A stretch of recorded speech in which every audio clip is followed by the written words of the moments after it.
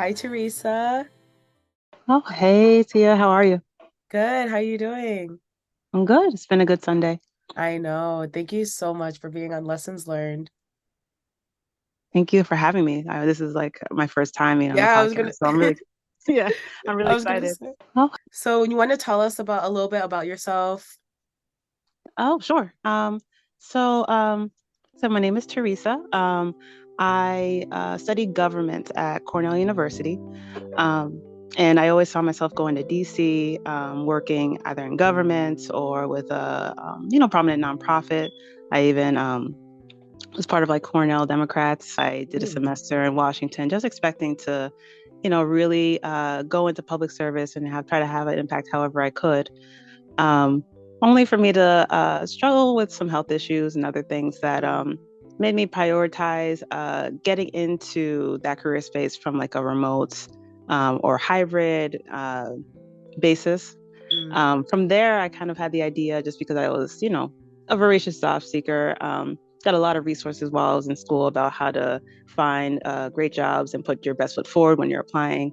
But I thought, I could share a lot of resources online for others that wanted to break into a similar space, or people who never thought about going into nonprofit work or public service who might be curious if it's just sold to them a different way. So from there, I founded Remotely Good. Mm. Uh, yeah, so Remotely Good started off this summer. I just launched it this summer as a jobs newsletter. I just happened to know about different progressive spaces, different activist spaces where I could share it. So now we're at over 1,000 subscribers. It basically is used to find remote and hybrid work in that sector. So any job seeker who might have different, like circumstances that stop them from doing a 9 to 5 in person, day in and day out to, um, grow their career.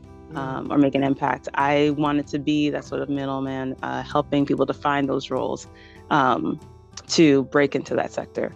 And my hope now, after completing a business accelerator with Together International, that's a nonprofit business accelerator affiliated with JP Morgan Chase. Mm. My hope is to turn it into an online job board similar to Idealist, but smaller. Um, Maybe you've heard of All Hands, maybe you've heard of Game Power. That's what I'm hoping to achieve. Wow, that's awesome. And I feel like that's very important because a lot of people want to, work from home and work on their craft. So you doing what a lot of people pretty much need is Hmm. very powerful. No, thank you. Yeah, that's awesome. So how did you find the right people to help you boost your business? Oh, it was literally so piecemeal. Like I kept finding like one resource at a time here and there and here and there. One thing that was a huge help to me was I just happened to stumble on social media upon an organization locally called Valley Venture Mentors. They have these monthly entrepreneurship meetups where, people from the community who have a business or even curious about starting a business show up. They have different presentations on different topics. Mm, Um, one month was literally just a business resource fair. So you came in and there was a bunch of different tables of, people offering assistance, information, and resources to new or, middle stage entrepreneurs. A lot of the leadership of that organization was really receptive to hearing my business idea. It was just in the idea stage when I went to my first meeting in, I think it was March or April. But it was an idea that I sat on for years. Um, and when I got the encouragement, I was like, let me figure out like branding, let me figure out my logo, let me figure out what mode I'm going to use to launch it. I, stumbled upon substack.com, which is a mm-hmm. great free website for starting a newsletter. Um, if you wanted to avoid other paid newsletter apps, you should definitely join substack.com in order to launch a newsletter if you're curious. So from there, Valley Venture Mentors got me in touch with E for All. I have not participated in their business accelerator, but I participated in their pitch contest. I applied to their accelerator and I was, I got further along in the interview process, just wasn't a good time for me to, participate in the accelerator. Yeah. But doing the pitch contest helped me to sort of flesh out the full business model. So I had, different revenue streams that I was able to think through. I had the format figured out. And it led to me finally publishing my first newsletter edition around Memorial Day this year. Mm, wow. Yeah, one more resource I want to give a shout out to was the Sphere Northampton.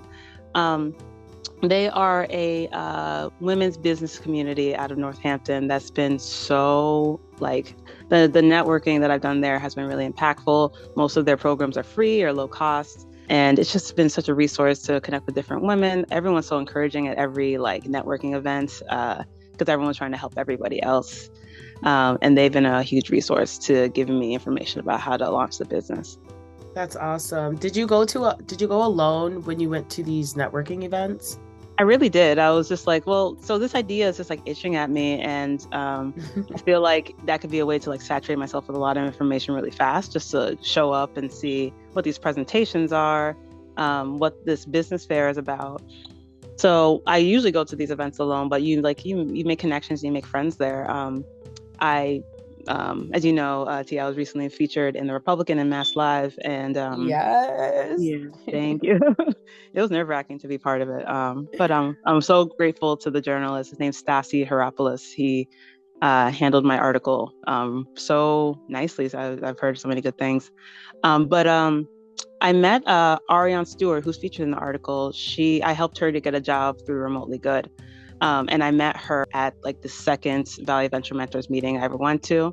And she just liked my idea and was like, oh, yeah, no, I have my own side venture I'm working on right now, but I want my 9 to 5 job to be way more flexible. And so Mm-hmm. I did a job search consultation with her. I offer that to my subscribers and to anyone who stumbles upon me. If you need to sit down and figure out what your next career move should be, you can sit down with me for 30 minutes. I talk about your resume and experience and about what causes you're passionate about, because ultimately I want to direct you into service work that you are driven to do.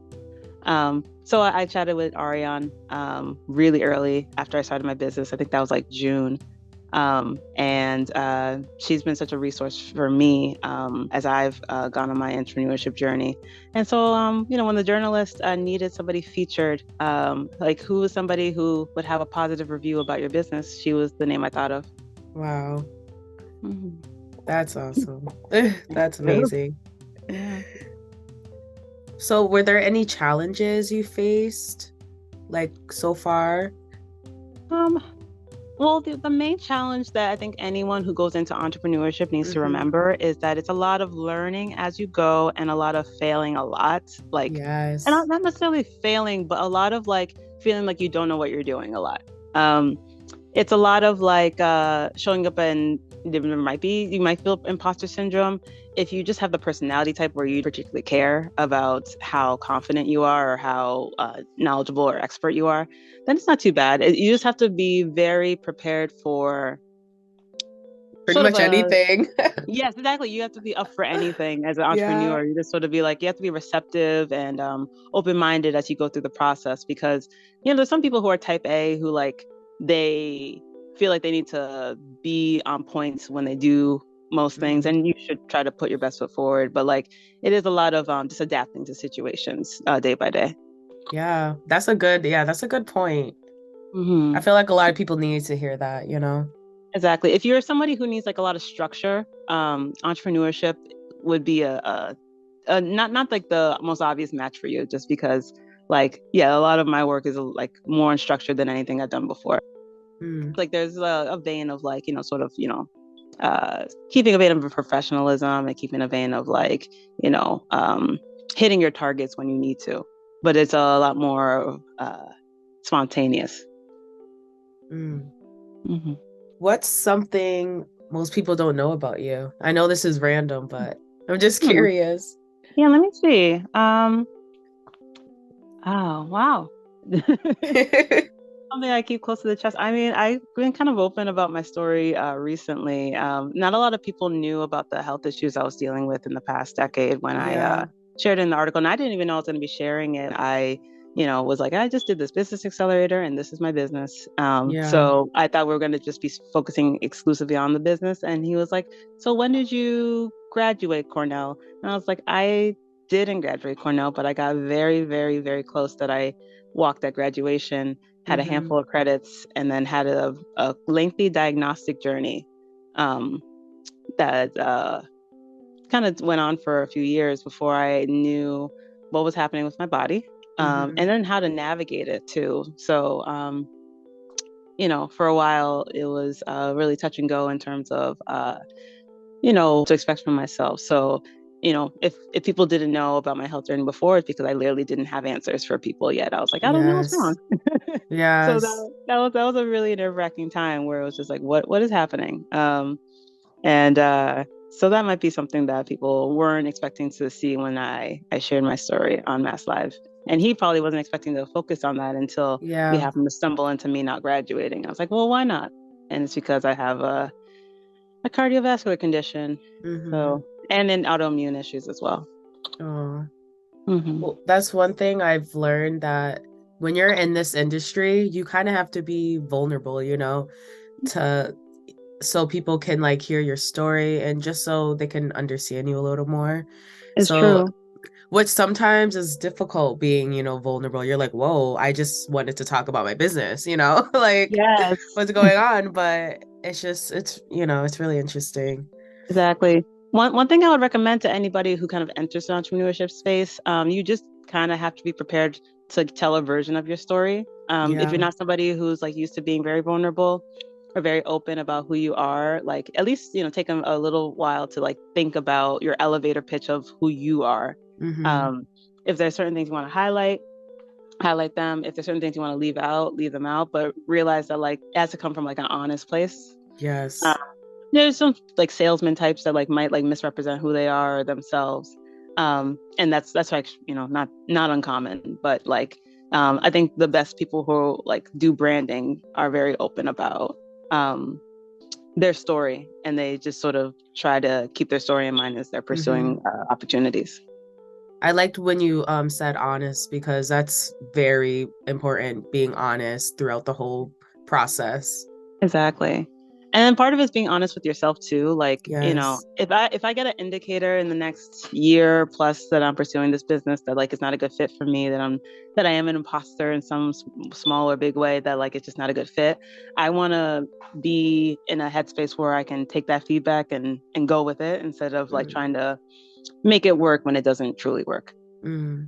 I'm not really somebody who subscribes to the phrase like fake it till you make it. Yeah.